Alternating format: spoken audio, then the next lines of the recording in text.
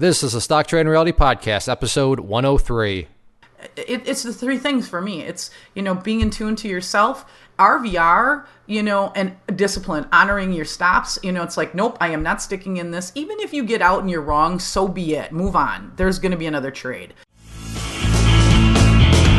This is the Stock Trading Reality Podcast, where you get to see the realistic side of a trader's journey.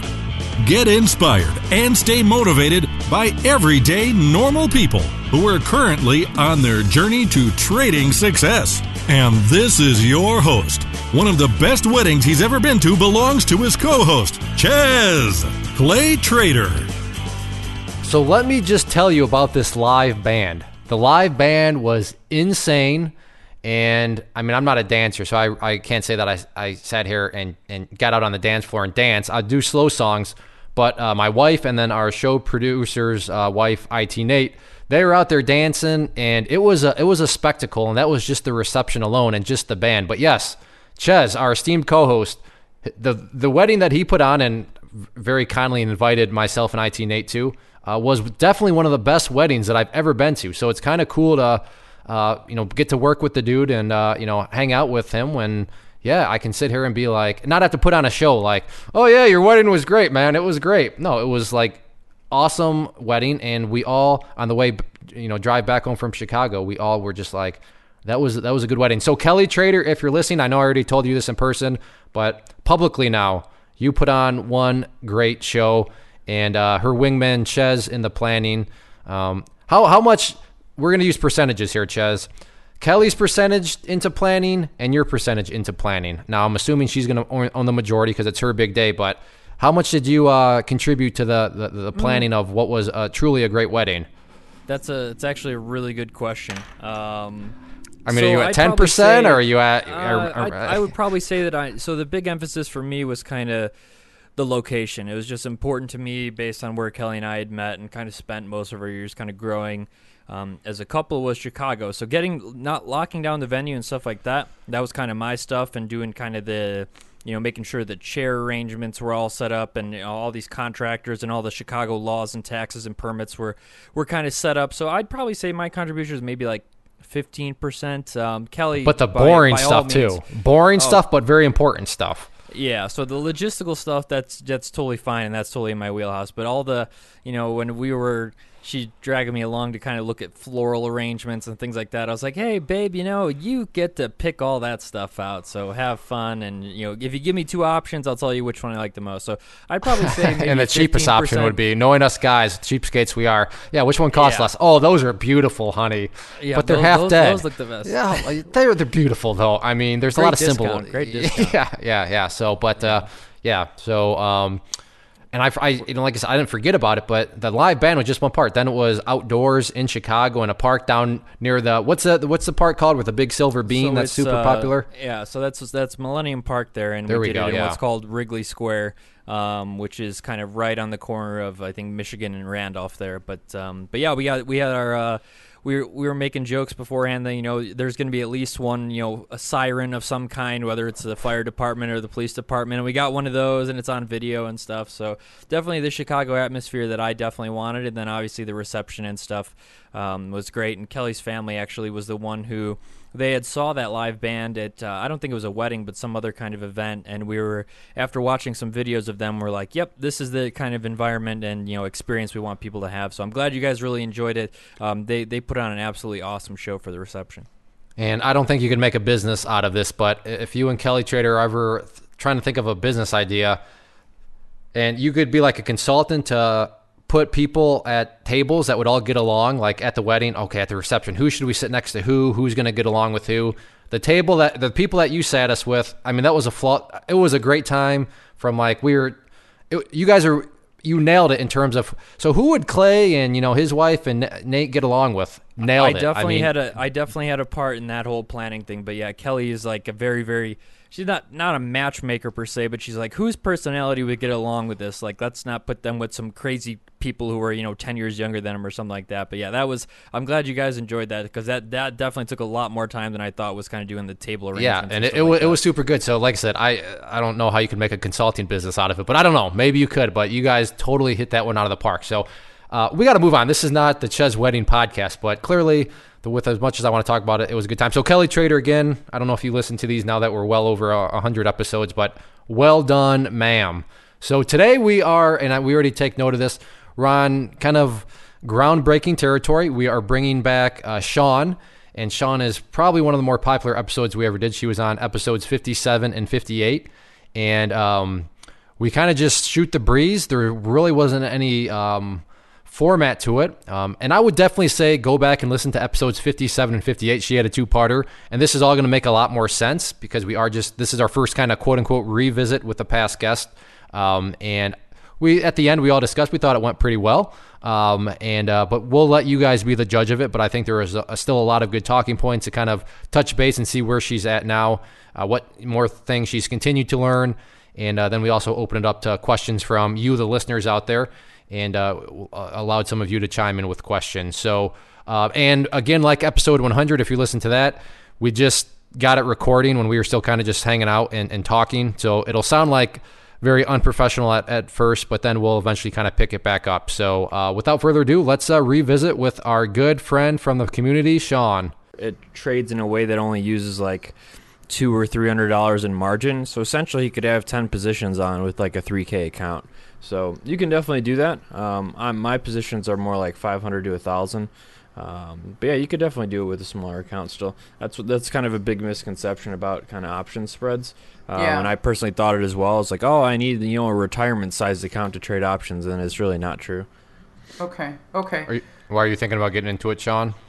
No, I just talking with some of, Justin has asked me some questions and wanted to know what kind of trading capital I had, what I felt would be safer, enough for him to be able to do what he wants to do. And, I asked him the questions. It's like, how long have you been trading? What are you trading? And he was, he came back and he told me he's going to do, did I say vertical spreads or option spreads? That's what he wants to do.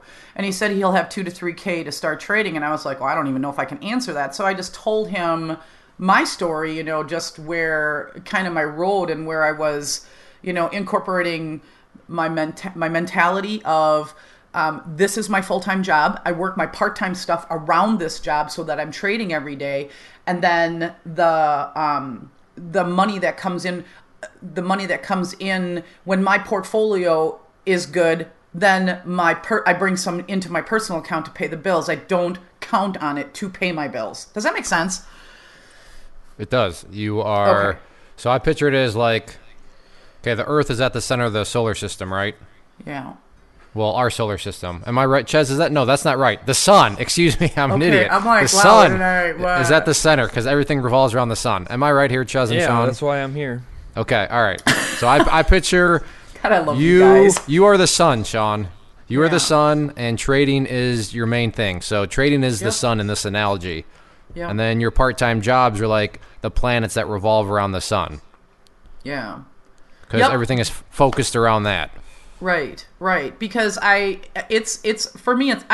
and eventually I'd like to be able to be like, yep, I'm just going to sit down and this is where I'm at. But I haven't had that gut feeling yet. So I'm like, oh, I'm not ready to do this, I don't know. I was, Tuesday on the webinar. Have you watched the replay yet or no?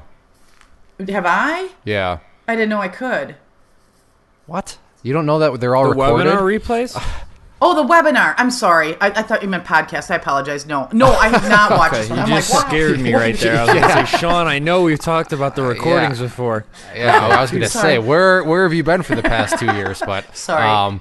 But yeah, so I interviewed David Cross, and he took like a loss on Tuesday, but then he made the comment. He's like, yeah, but he does Uber Eats, whatever that is. But he's like, yeah, but my Uber Eats trade, wiped away the loss because it was like a $10 loss, and he does a side job he's in school too, but same premise as you is, yeah, he took a loss, but he can sleep easy at night because he literally wiped away the loss just by going out and doing his self kind of created part-time job of driving Uber. So yeah, so I don't think there's anything wrong with that at all. Is the point is I think it makes total sense from the peace of mind perspective.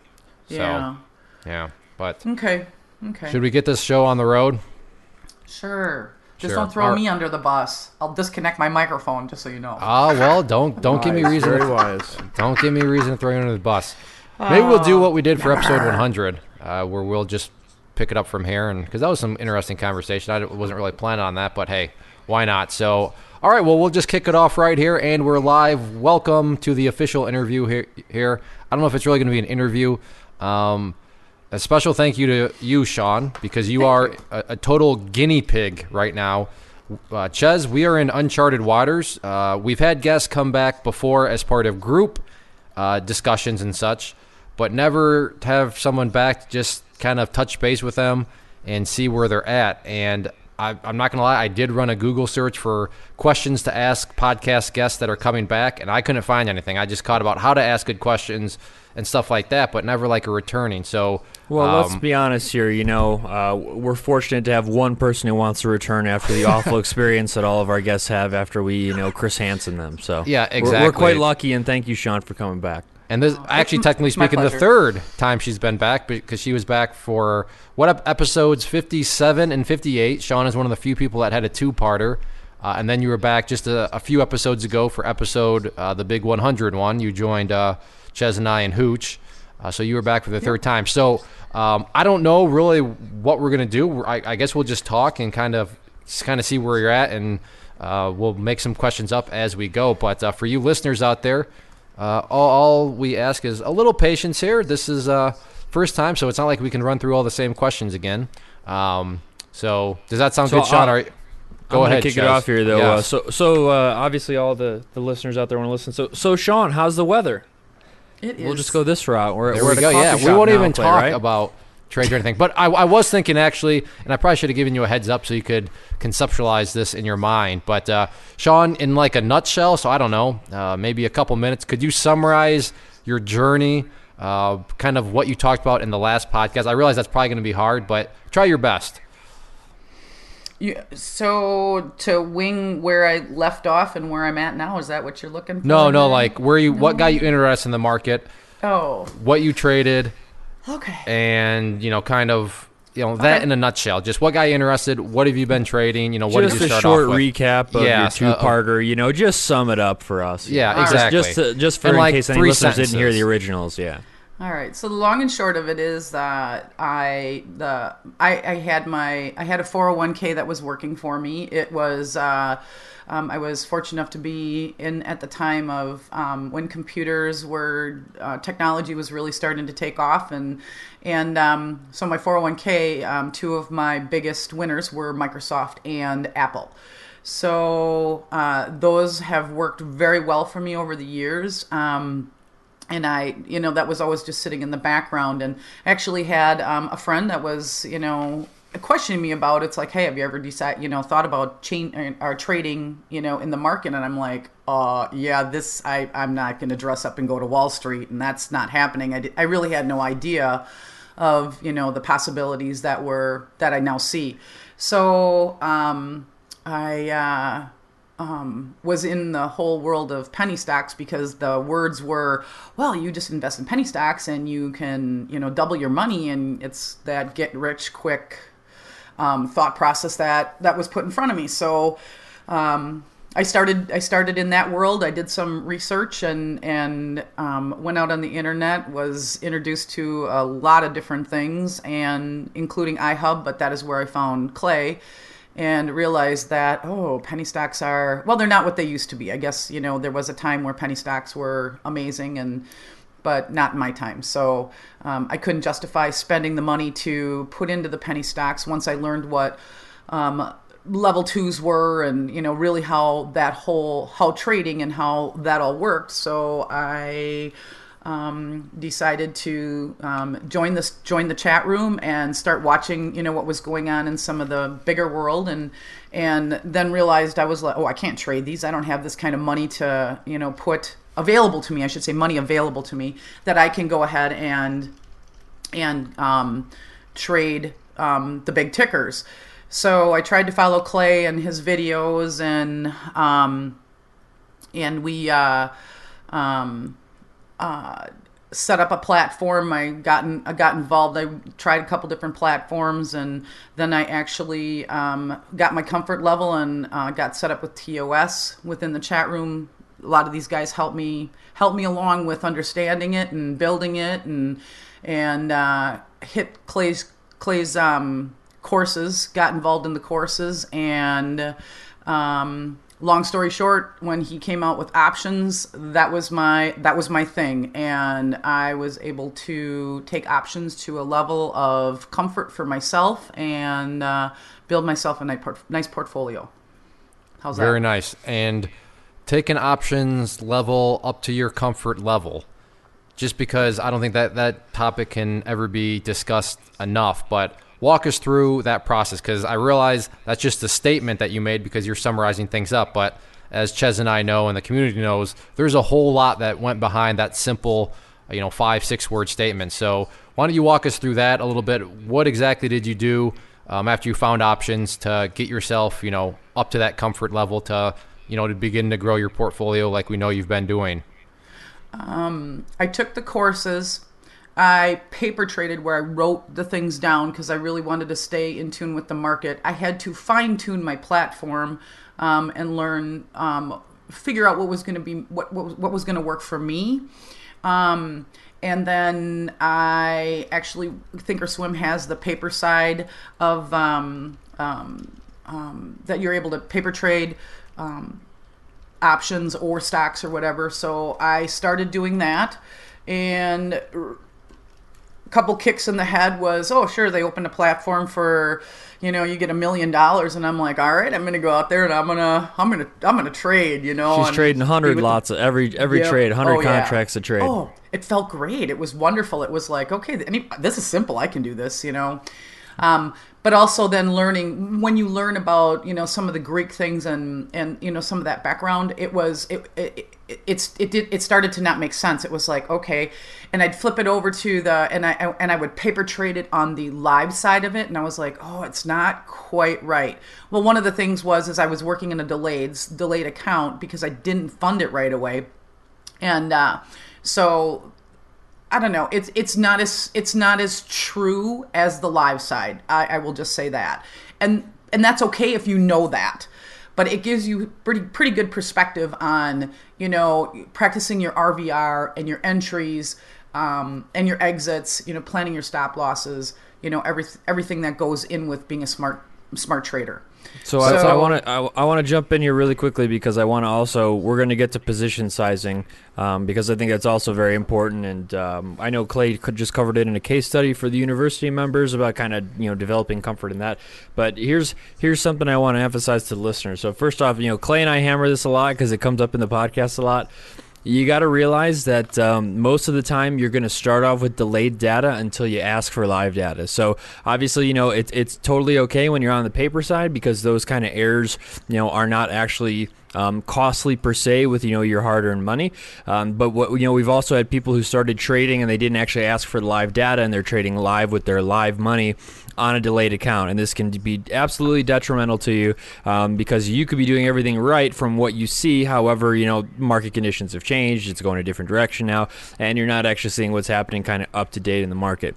And just to be clear as well, you guys out there paper trading, there's many ways to do it, in the sense of, actually cool thing about Thinkorswim as well is that it has a replay function. So you can actually replay the day and kind of, set up your trade. So, if you work, from 9 to 4 whenever the market's open, you can come home at the end of the day and literally replay the market at 6 p.m. at night or whenever you're done with your dinner. So I just want to make sure kind of people out there know that there are a good lot of ways to practice. Key point here is that Shawn did practice, though. You didn't just jump in live, with your whole 401k, right? Correct. Yeah, it was. I like my money. It's a nice feeling, it's a nice feeling that, knowing that I had that back there, but, sitting behind me, but I'm not at that age yet that I can still draw on it. And yet, I have kids and I want to be here for my kids. I don't need to leave them a legacy, but I want them to be okay if something, because I had my kids later in life, I want to be able to set them up that if something would happen to me, they can take care of college. They can have a good foothold on their life. So, but, nice. Paper trading for me was huge. That, learning the platform and like Chezz says, using on demand, that was another thing. I would sit after market was closed and I would go through and I would trade on demand. There were days that I wouldn't even look at the market and I would go, I wouldn't log on. I wouldn't go on the platform. I'd educate during the day. And then at night after the market was closed, I would go on to on demand. And there's some delay on demand too, but it was just the fact of, I don't want to know what happened that day. I want to make this live. I want to make this, real as I could for myself. And I did this. Overall, I probably paper traded for a year, solid 6 months for sure. But when I actually started live trading, if I wasn't solid in my day, I would go back to paper trade. I tried to make it that I would have that same solid feeling when I'd sit down at my desk in the morning. I'd open everything up, say good morning to everybody in the chat room, and and then look, and based on everything that I had looked at the night before, trying to figure out my romances or my the tickers that I really wanted to pay attention to, and SPY was the first one for me, and I would just sit and I would wait and I would get the feel for it. I'd be like, okay, this is where it's open. This is at its high. Where is it gonna, is it gonna come back and oh my gosh, I can't think of the word. It's gonna come back and like back test. Thank you. Back test. It's all about me personally getting the feel for the market, watching. It's like, oh, that's a pretty big red candle. Why are they doing that? There's just a bunch of people taking profit. It's just getting the feel for it. And sometimes it'd be like, you're able to be like, yeah, this is looking in. I can get in, within this first 2-minute candle. And then there's times where it was just like, okay, I can't get in until, I got to let 15 minutes go by to see what this market is really going to do. That's two totally separate emotions. And it's like, which one are you going to pick? And it was to get my head wrapped around which one I was going to do that morning. That was all part of my pre-market setup for myself. Nice. And to circle back, because I think it's a fantastic point that you made, and one that a lot of people overlook because, and I can see why people would do it, but you said that you didn't want to know at all what happened for that day because you're going to do the on-demand stuff and like replay the day. Did I understand that accurately? Yes. And that's so critical because, and I suppose I speak from experience and just from speaking with other potential people and traders, is if you know what's going to happen for a day, so you look, let's just say for even a split second, you look and see so you know what happened that day, and then you go and do this on-demand stuff where you can rewind time. If you do that, you're going to tell yourself, well, okay, I'm going to pretend like I don't know what happened. I'm going to plan the trade like I don't know what happened. But the problem is you do know what happened, and those little voices in your head know what happened, so they're going to be chirping in your ear the whole time while you pretend like you don't, and I have air quotes up right now, like you pretend like you don't know what happened, and you're just going to be doing yourself a disservice. You're going to be putting together really solid trade plans. You're going to be doing very well on paper. And then all of a sudden when you go live, hey, wait, why am I having so much trouble here? Well, because you always, even like I said, just the glimpse of knowing what happened. So I think that's a fantastic thing that you acknowledge right away is, yeah, on-demand is important, but you literally need to go into it not knowing what happened on that stock or on that market for the day because, I mean, if you do, did you ever catch yourself doing that, Shawn? Did you ever know what happened, or did you know right from the get-go? You know what? I can't know at all anything what happened. When I started, it was like, oh, I got to go back and replay this day, and excuse me, I would go back to replay the day, and I'm like, well, this is dumb, because my mentality wasn't there. It was just like, I already know that this is going to be a really bearish day. It's like, so it's like I wasn't being true to myself. So then it was, okay, so then I would just go back and just randomly pick a day where I really, I didn't know. And then it was like, okay. And that's when I really understood my emotions. That's when I really got where it was like, honestly, Clay, when, you were, the robotic training, I'm like, you talked about the emotions, and I did not correlate that, except for the fact that, the whole penny stock thing, when it was the fact of, I'm looking at this penny stock and I'm reading this website and I'm like, oh, these guys are working really hard, and, I should really, invest in them because they're working hard. They're going to, they're trying to get this money from this other company. And it was like, and I'm thinking, oh my God, that's such a girl. I'm such a girl, because it was that emotion of, that empathy. And when I got to the platform and trading on the on-demand, it was like, okay, now I'm at battle with every emotion I have, where it's like, the SPY and trading the spider, because there's so much that goes on in the background of it. It's like it kind of cut those ropes of, the SPY is what it is, even though it's all those entities of tickers. I need to pay attention to this, because it's truly about the chart, and what am I seeing for patterns, and where is it sitting on my time frames and all the other variables. Now, can I want to give an example of after kind of what Clay mentioned, though, because if you even peek at the market, you're kind of doing yourself a real disservice for your paper trading.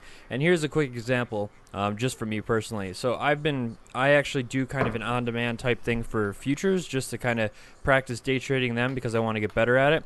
And here's a great example of a spoiler. So I actually don't look at the intraday action during the market. I have swing positions on for advanced options, but I don't look at any of the indices that I actually trade. So here's a great example of a spoiler that I didn't even, try to get. I have a Twitter feed up, and the Twitter feed was just screaming about Dow 20,000. So I'm trading Dow futures at the end of the day, and I was like, I already know it's going to 20,000. Like, this is a joke. Like, I don't even know why I'm, paper trading this day.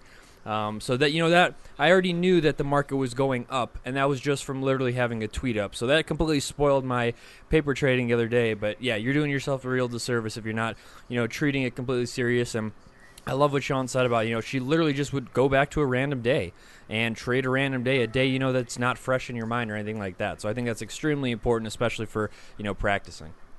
Yeah, and that's actually a great trick, because I can totally see, Chezz, how in that, present moment, oh, well, thanks a lot, Twitter, you just ruined that. But to Shawn's point, which is a good little tip and trick there, is just pick a random day from, how random was it? Like, were you within the last 2 weeks, Shawn, or could this be a couple months ago? How random did you like to get? There really was no rhyme or reason. I would just go up and be like, that's the definition of random then. So it was totally random. Yep. Excellent. Yep. Yeah, no, that's great. So, yeah, good discussion there. Now, what tickers were you trading then? You were doing options.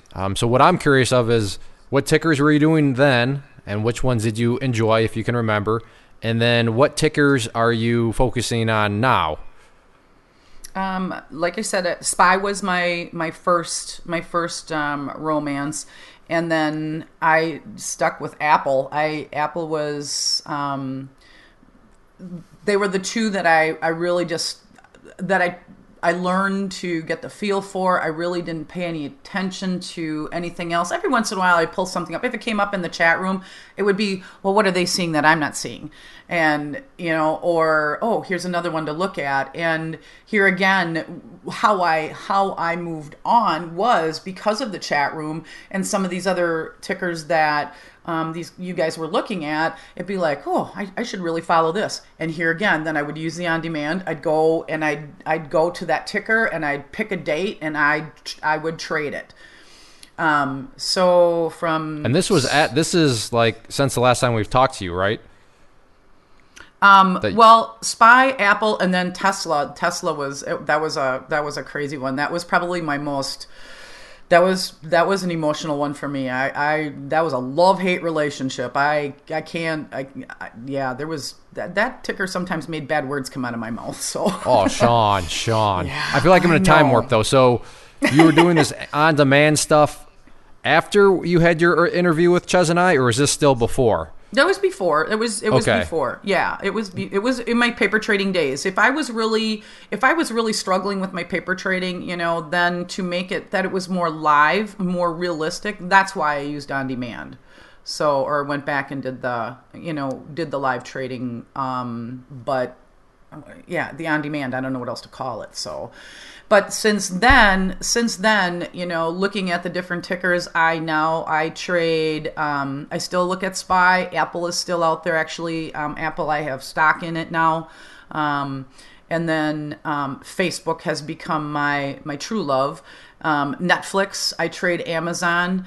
Tesla, I own some stock in Tesla, but I also options trade that. And then I kind of look at what everybody else is looking at, and I can usually tell. It's like, yeah, this is probably not a ticker for me, or is it something that I can look at later on for my future trading or retirement portfolio. And I quote, "A ticker not for me." Why don't you define that? I don't trade. I don't trade like Clay does. A ticker not for me. Where it's the tickers that are out there, and they're maybe if they're at $30. It's a stock. That would be a stock trade for me. If I'm looking at options. That's where I'm at. That's what's working for me. I'm not going to do anything different right now. And, very nice. And for extra clarification there, when she says, some of these, she doesn't trade like Clay. Clay jump in at any time, but, Clay really trades kind of extended emotion and, crazy volatility. And it's a lot easier to do that generally, especially with those. He has kind of more options in the sense of he's not worried about option volume. And I'm sure that's kind of a good focus for Shawn. Every ticker she listed is a highly liquid option, and what that really translates to is that the spreads are small. So to kind of give a small example, if you guys don't know what spreads are between kind of a bid and an ask, say you want to go buy a gallon of milk, and the price is somebody's bidding $2 for it, and someplace wants to sell you $2.50 for it. Okay, so that's pretty wide. Generally you go to if you go to a store and actually buy milk, the price is one price. It's $2.25. Okay, so it's right in the middle of that. So when the spreads are tighter, she's not fighting with this kind of 50-cent gap of, well, we don't know who's going to meet who in the middle here, and so that can make you can get some really bad fills on some of these trades, especially when things aren't liquid. This is the equivalent of the same in stock too, or especially penny stocks. If the liquidity is light and spreads are wide, you can really get taken to the woodshed. So Shawn really focuses on things that are highly liquid, and obviously that fit her wheelhouse better for options versus Clay can trade just about any stock that has liquidity. And then just to finish up that whole thought, Shawn and I do trade alike, just like Chezz, in the sense of the tool we are using. The tool we are using is technical analysis charts. How we use the tool, that's where things are different. But we both do use the same tool, and that's why we're always preaching charts are great, because when you know charts, you can trade anything that's got price and volume attached to it and a time frame. So if something is changing over time with volume, then you can apply technical analysis, whether that be futures, options, stocks, forex, bonds, cows, rice. It doesn't matter. If something changes in price over time, charts can be applied to it. Now, do you use on demand ever anymore? Because my original question, I thought you were saying that even nowadays, if you decide that you want to throw in a new ticker into your options basket, for example, that you'll go back and first on demand trade it. But that's not what you do. You just throw it on your watch list and start going with real money? Or how do you approach a new ticker? Because you originally said SPY, Apple, and I think Tesla were the first three, but now you have Amazon, now you have Facebook. So what is your process for introducing a new ticker symbol into your watch list that you're going to watch every day? Usually, because I'm on my live side of the platform, I will paper trade it, write it down, and there again, you gotta be true to yourself. I look at post market. When I get home from work, I'm on with the owls at night from, I don't know, sometimes I get there at 11 and then I got Hooch going, oh my goodness, it's Shawn's here. It's late. But Hooch I'll doesn't stay up. sleep. Yeah, he's a vampire. I don't know what he is. You know, I will stay up. I'll stay up until, midnight, 1 o'clock, doing what I need to do, taking a look at it. If I see a new ticker out there, it's like, oh, I'll take a look at it pre, and then I'll maybe put it up on, I have three screens. I'll put it up on my middle one and be like, yep, I'm going to watch and see what this one does today. But I still want to be able to make some money in my day. So, Facebook is my go-to, and then I'll put the new ticker up and I'll just watch what's going on. I'll put put my order screen up, watch the chart, put it on a paper trade. And then I still will go back. I still go back to on demand. I still paper trade. If I'm in a funk, it's ridiculous. It's like it's going back to the drawing board. If your game isn't on, don't push that buy button. That's bad. That's bad practice as far as I'm concerned. So, but then I get up in the morning. I get up and I'm usually by 6:30 I'm up. I do what I need to do, or if my kids are home, I get them off to school, and then I'm looking at the pre-market to see what's going on. I solidify my trend lines, or what I'm looking to trade, and then I wait for the bell to ring. I go in and make my presence known in the chat room, and then I'm getting my game face on. Very nice. Now we're trying something new here, like we already kind of gave that disclaimer, but what I did was I threw out a warning kind of on both Twitter and our Facebook pages. Hey, we're interviewing Shawn if you have any questions. And I also put it in our chat room ourselves. So some members are chiming in with questions. So Shawn, can I throw some questions at you from the members? Absolutely. Before yeah. you do that, can I jump in, though? Because I want to touch back on the paper trading side. No, you can't. Yeah, go for it, my man. I'm derailing you right now. That's what I do best. Yeah, that's fine. My job Shove me off the train tracks. So position sizing, we talked about kind of comfort, how you develop comfort finding tickers, how you watch them, how you practice them, what you do to really determine if that particular ticker is for you. But, position sizing is something that a lot of people can't really grasp their head around, especially to start. 9 times out of 10, people start trading way too large for their account, risking 25% of their account on a trade because they feel like if they don't do that, they're not going to make any money. How did you kind of approach this? Because we all know, if you listen to kind of Shawn's original interview, Shawn started with a relatively small account. So did you just have kind of monetary targets for, hey, when my portfolio gets to $1,000 or $2,500 or $5,000, were you going to ratchet up your size by one contract or something like that? What was your process to kind of go from, I'm assuming you started with one contract, right? Two. What happened for me is my mentality was my goal was to make more than the bank would pay me in my savings account. I was like, I should be able to do that. So what I was finding is on my style of trading, if I could make $40, I was good. I would make that $40. I think my first 2 weeks, that was probably, I shouldn't say that because I remember I had, I guess if I could say it this way, I felt more of a scalp trader, where it was like I'd go in, get what I needed, and fine-tuned from there as far as being able to let my runners run, because that was another whole separate emotion. That was, I was like, oh, now it's gone down, but with all everything that goes in with options, with the delta and the theta and all that, there's variables there that can make your money earn more. So I like how you said that. That was good. Make your money earn more. Yeah. Well said. Exactly. So that was, I guess I'm not sure.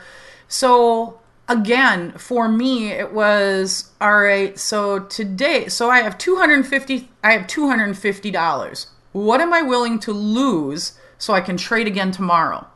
And it was, for me, that very first trade I made, it wasn't a day of, yep, today is the first day I'm going to trade. It was, yep, today's the first day I'm going to trade, but I'm going to be a smart trader. And so, I didn't go in there being like, yeah, I'm going to push that buy button. It's going to be, yeah, I'm solid that this is going to work. This is going to be a good trade. My one trade a day, that's all I could afford. So it had to be solid. It had to be right.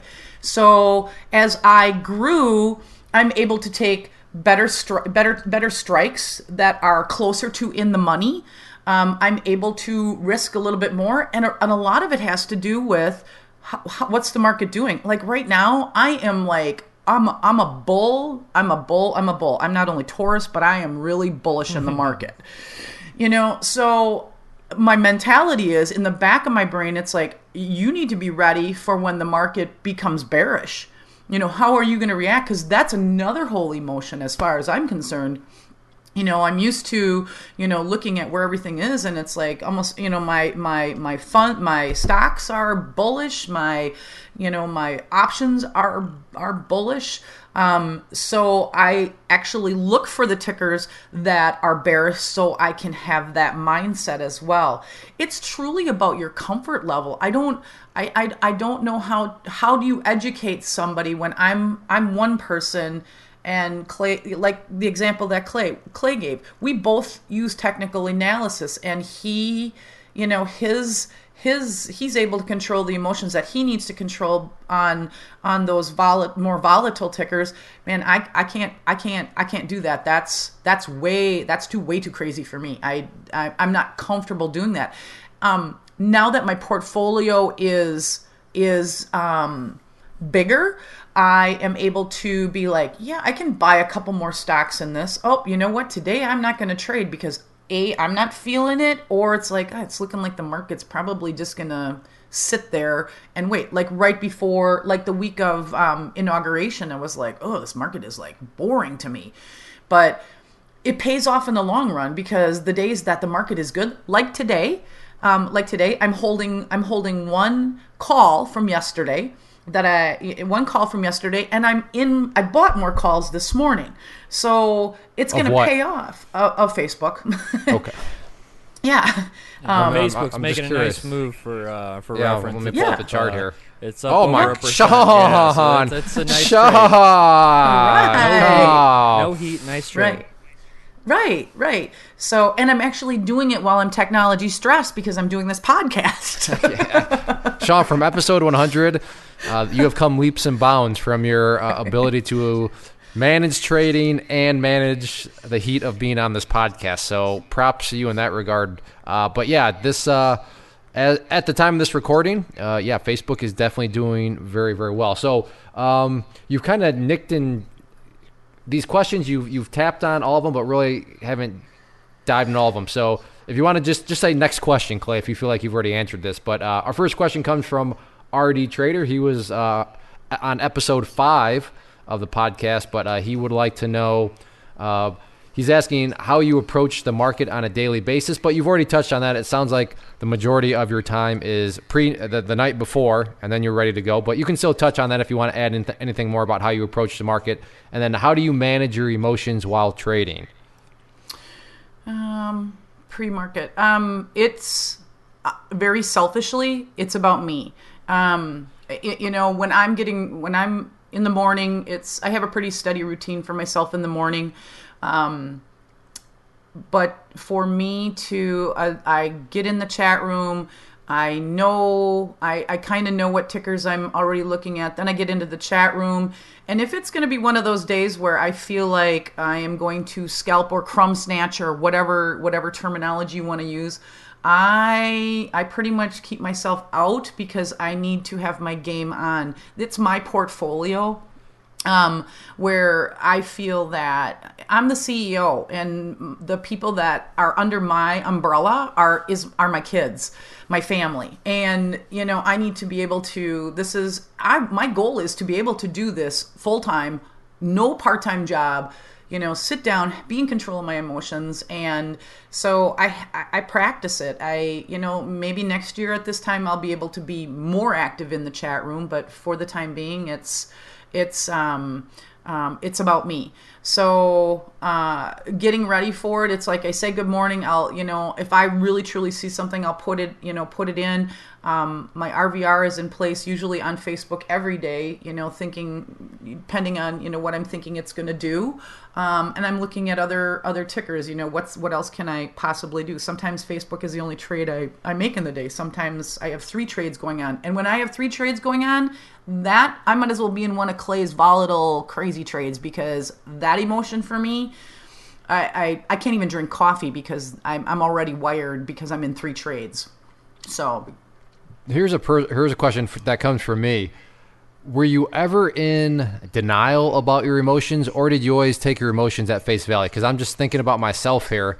And I think this is, and I said this before, but I always think that that's why women make better traders than guys. Because, and Chezz, I want to bring you onto this too. But for me, I remember, and even now, I still struggle with it. No, I'm not feeling that. No, that's not what I'm feeling. No, that's not what I'm wanting to. No.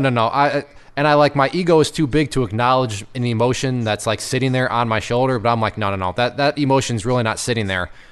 So, Shawn, have you always been upfront about yourself with emotions? Like, if there's emotion sitting on your shoulder, have you always been one to be like, oh yeah, here's an emotion that's sitting here, and I'm going to address it? No, I'm pretty in tune to myself. And from my past, I worked with behavioral kids, so to be in tune to somebody's emotion, like when I would get to school, and I still work for the school district, but when I would get to school, it would be, I'd be paying attention to that child's emotion, which would change how I'd have to be more in tune to my emotion. Like if they were stressed out, I could not have that emotion whatsoever, because they could sense what I was feeling. So I would say that's been something that I have been in tune to since before trading was even part of my world. It's a practice. It is truly a practice. And if you write it down. If you're, if it's something you're feeling and it's like, what emotion are you feeling? You write it down and it's like, oh, okay, so how am I going to nip this one in the butt? Overconfident. It's when you are people that put it out there and they're like, yeah, I got 7 green days in a row. I never do that. That's like, wow. Dangerous. Yeah, don't be doing that. That's you're just adding an emotion to yourself. So, but to be in control, you have to recognize everything about you, and you have to be confident in your. It's the 3 things for me. It's being in tune to yourself, RVR, and discipline, honoring your stops. It's like, nope, I am not sticking in this. Even if you get out and you're wrong, so be it. Move on. There's going to be another trade. I can't say that enough. Now, we've heard many people talk about trading journals, like paper trading, like, okay, I bought here, I sold here, my stop loss is here, and they're tracking it. But it sounds like your tip to listeners would be like having an emotional journal, like, I'm feeling this emotion right now at this point in time. Is that what you're suggesting? Because I don't think we've ever had anybody suggest that. Like, literally write down an emotion and then, like you said, try to figure out how to fix it. Is that what basically you did? You were literally writing down these emotions at times you felt them? Yep. When I was paper trading, before I even did this, because like I said, Clay, with our robotic training, it was like I was like, emotions, what, and then it's like, well, and I'm a woman too, so women's emotions are just totally different than men's. It is what it is. But I would paper trade and say I had a rough morning with the kids, or, it was chaos, or, I got waylaid and I got to the platform, 10 minutes before, the bell rang, and it's like, all of a sudden, I'd be like, oh, well, I was rushed. Well, you can't be rushed. It's pretty simple. Okay, got that one. No rushing. If you get to the you get to your platform, quarter after is the latest you can be at the platform, and that's the way it is. Otherwise, you wait till that first 15-minute candle forms. That's the discipline. And it gets better. I mean, once it gets better, it's like, okay, I can wait, 5 minutes of the 5-minute candles formed. Okay, I can kind of see what's going on. It's like I didn't have to wait for that 15-minute, but a rough morning. If I have a long night, sometimes I won't show up in with the owls at night because it's been a long night. I'm tired, or it's my 4th night in a row that I've worked and I'm wiped out. It's like I will go to bed, I will get up so I'm refreshed in the morning, and feeling good. If I'm sluggish in the morning, well, yes, I drink my coffee. I might change up my morning a little bit more, but I'll sit down at my platform and be like, yeah, I really can't even see anything. So you know what? I'm just gonna watch today. And if it's meant to be, it will happen. It's I guess I see the pattern, and it's like, okay, I can see some RVR here, and sometimes it's not until 9 o'clock, and it's like, all right, I'll put some RVR out here, and sometimes it works, and sometimes it doesn't, but my losses are small, and my gains are sometimes it's just a scalp out, and sometimes it's I got a runner running for me, like what I've got going on now. And I just want to circle back because I think it's so important that it's just quite apparent that Shawn is in tune with how she is perceiving the market and her emotions. And just like Clay said, and I'm totally going to agree that women and men look and approach things differently. And for men, unfortunately, the biggest thing that usually blocks us is the whole ego thing. Just like Clay said, like, oh, I don't have this feeling on my shoulder, like I don't have this this overwhelming whatever, like I don't feel like I'm in tune with the market. We men in general, and this is totally for me, and this is just a problem I've always been working on, is when things aren't going very well, instead of stepping back generally, I try to kind of press it. And I'm just like, this is so dumb. I'm pressing something that I'm not in tune with right now. So that's something I've definitely been working on. But Shawn, when she feels out of sync with the market, close the platform down, go do something else, or just if it's not jumping out to you, if the opportunities aren't being very present, then she is willing to say, I'm not going to force my hand here or force the market to kind of pay me right now. The market's either going to provide opportunities or it's not. So kind of being in tune with yourself is something that I think a lot of people don't kind of take in mind. But I have a very bad habit that I've kind of been working on for a long time now of not pressing it when I'm not in tune with the market. If I can say, I've learned that the hard way. It's another part of being a good CEO is, you go into the day and it's like, okay, I just had $120 loss. All right, so now I'm going to try, my RVR. I'm going to set up my RVR, and now I got a $30 loss. And so the first emotion that even verbalizing this and saying this, it's like, okay, how am I going to make that up? Now I really got to be green. Well, if you go and force another trade and now you've lost another $30, and $30 can be a lot or it can be a little depending on the person, but at one time 30 was a lot to me. And so I was like, oh, okay, so how am I going to do this? And for me, I was better off just being done. And then the next day, then I was battling the emotion. Okay, you had a red day yesterday. You have to have a green day today. And it's like, no. Today's a new day. It is what it is. You can't change what's happened in the past. Let's look for that setup. And if I was battling that emotion, it had to be the setup where it was, yep, this is definitely going to go up. I am 90% sure that this is going to go up. I'm going to go in.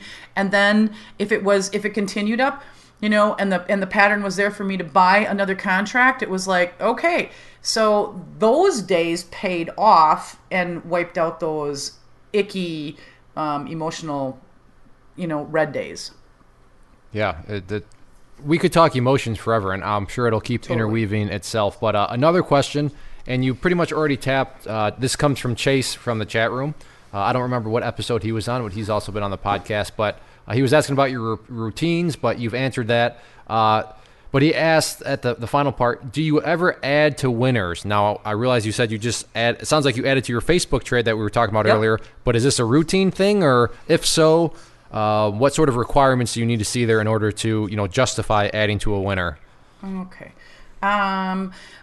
Honestly, at this Facebook trade is my second swing trade for options. It's that is an emotion I'm working on, to hold an option overnight. It's unsettling to me.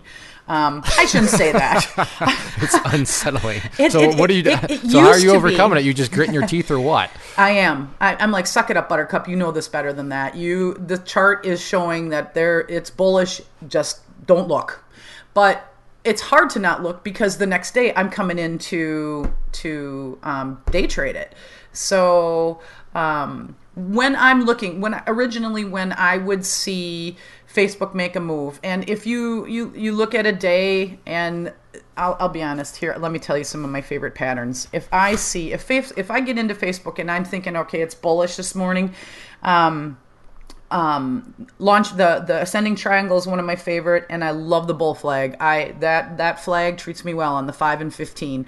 And that is one that those are two that I paper traded, and it's like you set your RVR up, to once I'm in and I've got my 3 to 10 contracts, and that all depends on the day too, what what strike I'm at and so on.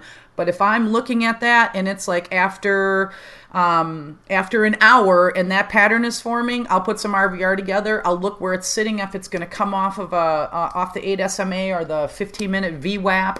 I use all different things, but it's like I will put my price out there. If it hits it, then I've got another contract as it moves up again.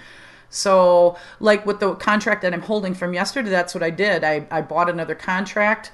My first 3 I bought at $1.94, and then I bought 2 at 203. That's what it is.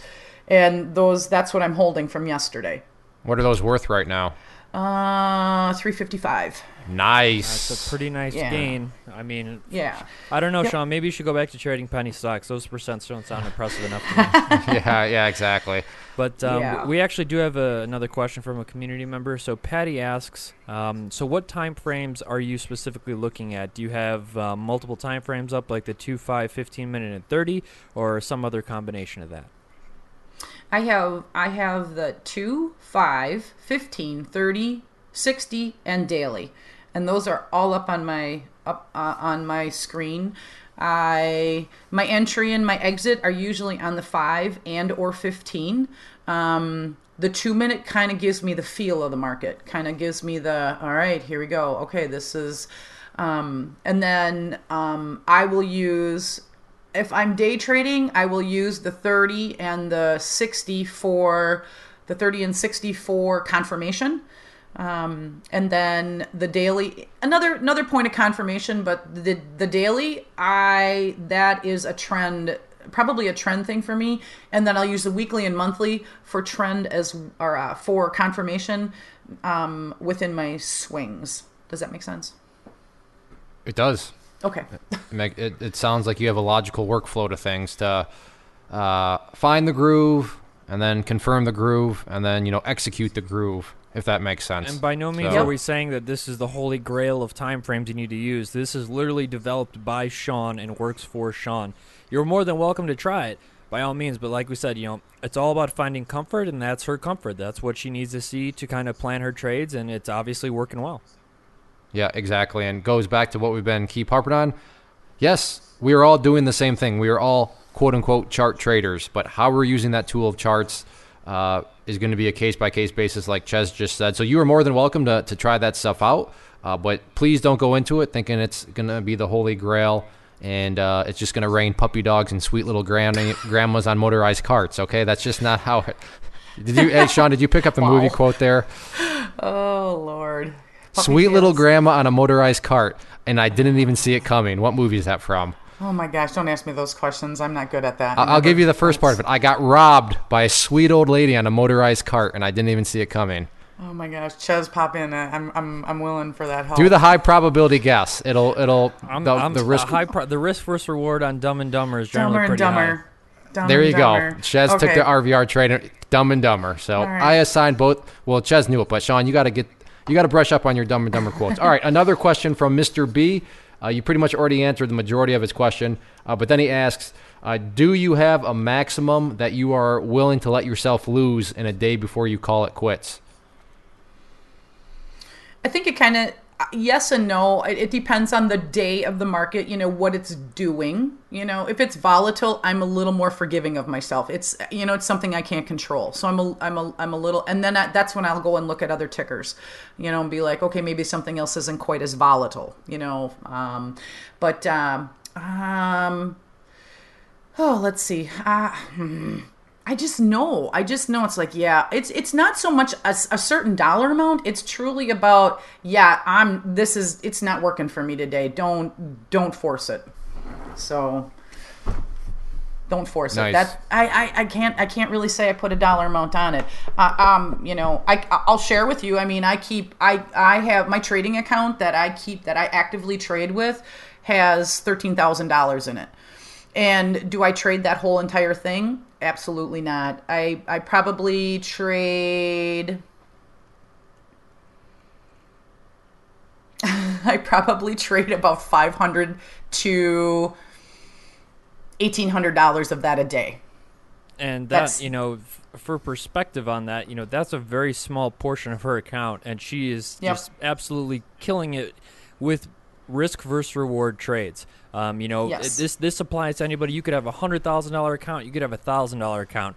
The thing is that, I hope you're really taking away from this is that she's not putting it all on the line on one trade. She's not saying it's red or it's black and, I'm going to hit it big or I'm not going to hit it at all. And I think this really touches back to, the fact that you don't have, say, some people have what they call kind of like a hard limit on the day. This goes back to Shawn just knowing herself and knowing when things are not in her favor, and she just knows that, hey, it's time to call it quits for the day. This just isn't the environment for me right now. And, that really just ties back to kind of her being true to herself. And I think that's something that a lot of people struggle with. I know I personally do, but yeah, if she's not feeling it, then, it's just time to step away. Yeah, go ahead. No, Shawn, this is your show. Go for it. There's days where I will, I guess I will go out there at a strike where, I will buy 4 contracts that are at $2 and whatever, or $3, even $4. I've done that depending on what the spread is and where it's sitting at the money. But there's also days where it's like I'll be out of the money and I'll maybe do 10 contracts at $1.49, and do it that way. Probably with that mentality will come in. It's like, yeah, this is probably going to be just a scalp where I'm just going to come in, and if there's some runners, okay, great. Then I've got the 10 contracts, and I can let it do what it needs to do. Does that make sense? Yeah, that makes perfect sense. Makes perfect sense to me. Now, looking at the clock, we're going to have to wrap things up, but I want to just one final thing, and to preface this, as because I like to be preemptive in the trolling, is I offer training classes on both penny stocks and options. So I assure you there is no ulterior motive here. With that being said, okay, Shawn, I am your daughter. Hey, Mom, I want to get into penny stocks. I've heard about options, but I'm just not, I don't understand. Why would I do options over penny stocks? So that's your daughter saying that to you. What sort of motherly advice would you give her in this situation? Well, honey, you're wrong, and I'm your mother. And I'm going to tell you that, no, you can't. And she probably doesn't even know what Las Vegas is or, what gambling is. But to put your money into penny stocks, you really need to just take a look at options and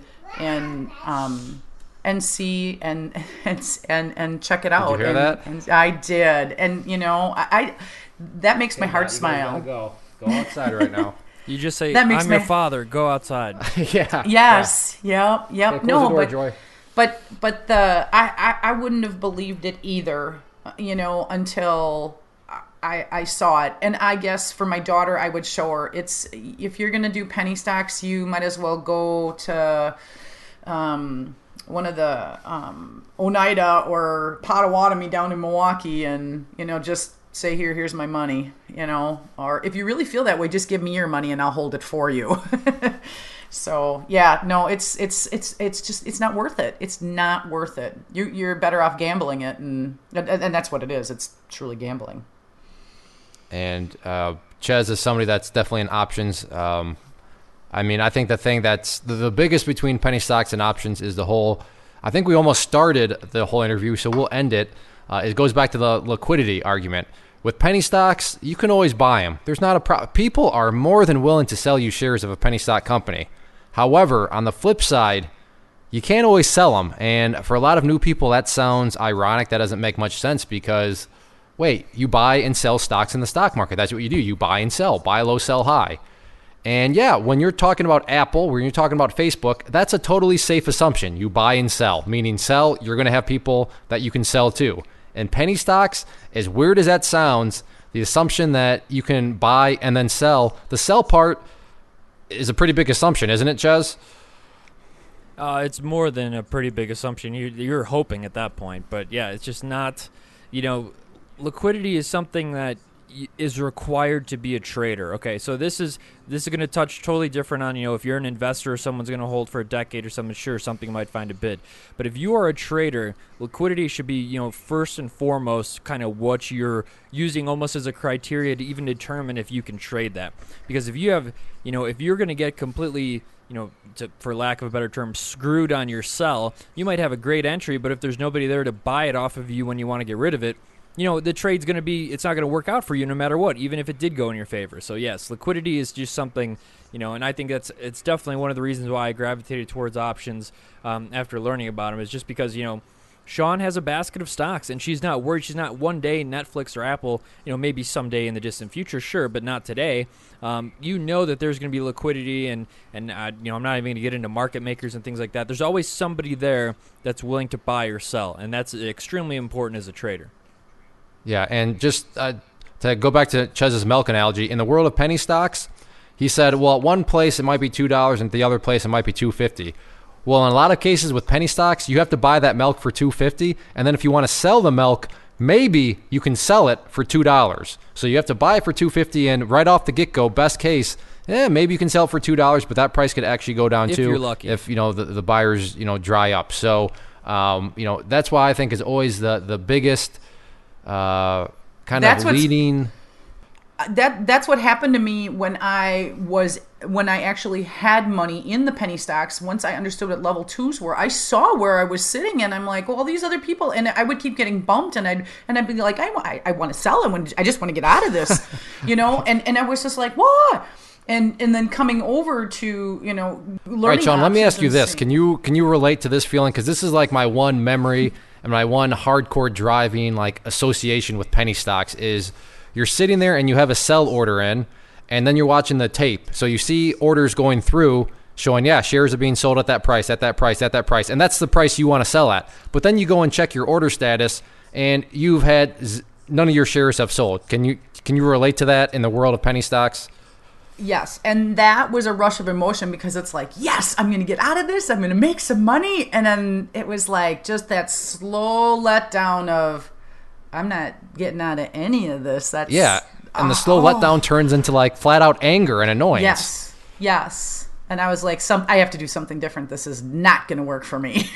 Yeah, and so I if you've traded penny stocks long enough, I'm sure you can relate to that. If you cannot relate to this experience, it's only a matter of time. Just wait for it. But before we wrap things up, the final question that I've been wanting to ask you, and that I was reminded, is Shawn, we have met in person. All three of us have met. You came to the Pittsburgh meet and greet. And what were your thoughts on that? I mean, did you walk away with anything? Would you come back to another one? But what was, the meet and greet from your perspective? I mean, did it add value to you as a trader at all? Just kind of talk us through your point of view. I was excited for the meet and greet. It was my first big thing that I did, or business expense that I took out of my account, that I was like, I'm going to go do this, not just for me, but to meet some other traders that were in my boat that I know are coming to this. So when I got there, I knew, I was really excited to meet both you and Chezz and Nate, just because of, if it wouldn't have been for you, Clay, I wouldn't be where I am today. I mean, just you gave me the tools, I put the work in, but I was really excited to personally thank you.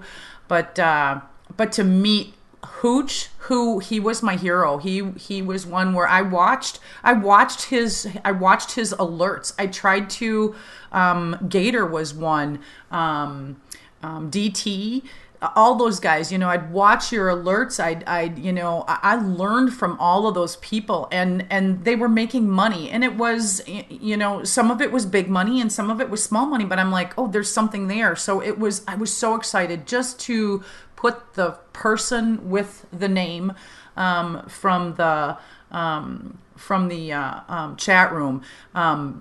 all of them, Patty. I mean, I can't say thank you enough for just being part of my journey, and just being able to hang out and talk charts, but just talk about life in general. Learning about each other and their styles. You got to, I got to see some of their personalities.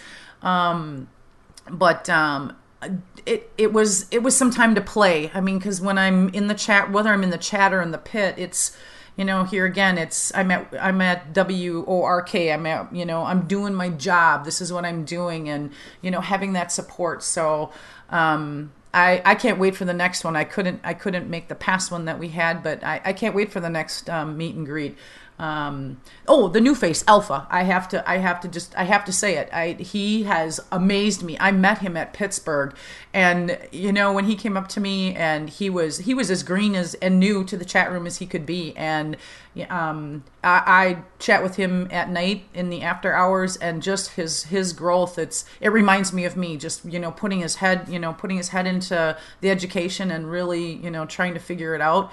That's really what it's about, and that making that fun and being part of that group is it's pretty exciting. Yeah, and I'm always, just because you're right, putting a face to like a screen name, and a lot of times it matches up very well, how they act in the chat room and stuff, and then you're like, oh yeah, that makes sense why you act like this in person. Did you kind of did you notice that same relationship? Yes, but it was all good. In a good way. I have a huge smile on my face because it's, I just think about it, and I think about it was fun. It was really, really fun. Now I got to do the stereotypical plug. Did Hooch try to get you into HTU for a discounted rate since you met him in person? Every time. HTU has just been kind of it's an endearment to me because it's been with me since I've been on my journey. So yeah, I think I'm vice president by now. Yeah, HTU, I mean, I've already reached the Uh-huh. conclusion that HTU is taking over the world. So I mean, myself and all other trading educators, we might as well just quit right now because it's pretty much game over with HTU slowly creeping in. No, it's all good. It's all good. It's all in good fun. It is all in good fun, absolutely. And if you were to told me 3 years ago that we'd be having all this good fun, I would have said, "Are you crazy?" But hey, I this is an area where I was more than happy to be wrong. So looking up at the clock, I think we're gonna bring this to a conclusion. So I feel like this was a pretty good success. How did you feel, Shawn? I mean, I think we had a good conversation. It was fun. It was actually kind of empowering to myself just to rewalk my journey again and be able to share what I feel are my strengths with some people that not only the public but our chat room members. That hopefully it helps them grow in their own journey. Yeah, absolutely. So we don't have any fun questions or anything. We'll just wrap it up here. Chezz, how do you feel this went? First time our guinea pig did well. I mean, I think we're on a good little template here. Yeah, we are, and the whole coffee shop kind of format of it, I think, is really, really good because obviously we ask kind of the I guess we'll call them the hard-hitting questions. They're not that hard, but just to kind of preface and give everybody the story. But to come back, to see like we kind of talked about where Shawn has been and where she's at now. I think you couldn't have done a better kind of re-interview of somebody about kind of their trading, and I'm looking forward to getting some more of you members out there. So if you've been a member in the past, we'll probably be hitting you up to kind of get a little update on you. And I'm glad Shawn enjoyed it. I enjoyed it as well. And for you listeners out there, as we go into the final shebang here, on the website, there's always a comment section. So on this podcast episode here, if you would like us to try to bring back past guests, then leave those requests down in the comment section, and that's the best way for Chezz and I to not only see them but keep track of them. So you can do that. Now, if you are listening on iTunes or any other podcast players, please subscribe to the podcast so you can keep up to date when new episodes are released. And especially on iTunes, if you could leave us a rating, that really helps us out. And finally, if you're listening to this on YouTube, be sure to check out the other videos on the channel. There's live trade videos, there's quick tip videos, a good variety, and check those out, and hopefully you ultimately decide to subscribe to the channel itself. So, Shawn, thank you very much. You are very welcome. It was my pleasure. And Chezz, as always, thank you very much. And to you as listeners, thank you very much. We will see you back next week for the new episode. This has been the Stock Trading Reality Podcast.